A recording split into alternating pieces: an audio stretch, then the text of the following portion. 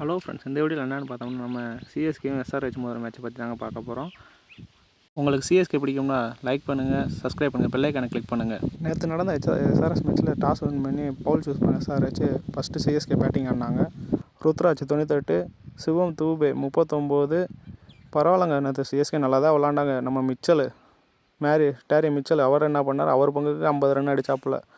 இத்தனை நாளாக கையும் வரல கால் வரலன்னு சொல்லிட்டு இருந்தவங்க எல்லாத்துக்கும் மூஞ்சில் கறியாக பூசியிருக்காரு. அது போக பேட்டிங் மட்டும் இல்லாமல் ஃபீல்டிங்லேயும் 5 கேட்சும் எடுத்திருக்காரு.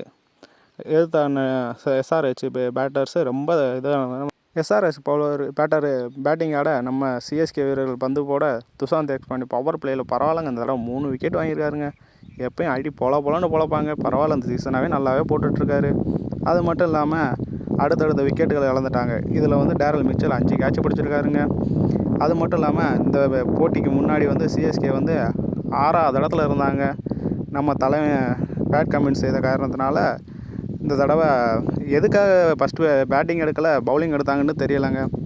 இதனால் சிஎஸ்கே 3வது இடத்துக்கு முன்னேறிருக்காங்க. ரன் ரேட் வருஷப்படியே பார்த்தா சிஎஸ்கே தாங்க 3வது இடத்துல இருக்காங்க. இப்போ பார்க்குறீங்களாங்க, இதாங்க அந்த டேபிள். இதுக்கு முன்னாடி நடந்த மேட்ச்லேயும் பாருங்கள், இப்போ எனக்கு மேட்ச்லையும் பாருங்கள். இது வரைக்கும் எஸ்ஆர்ஹெச் சென்னை ஹோம் கிரவுண்டில் சென்னையை ஜெயிச்சதே கிடையாதாங்க அப்படின்னு சொல்கிறாங்க. இது போல் வீடியோ வேணுமா, நம்ம சேனலை சப்ஸ்கிரைப் பண்ணுங்கள், பெல் ஐக்கானை கிளிக் பண்ணுங்கள்.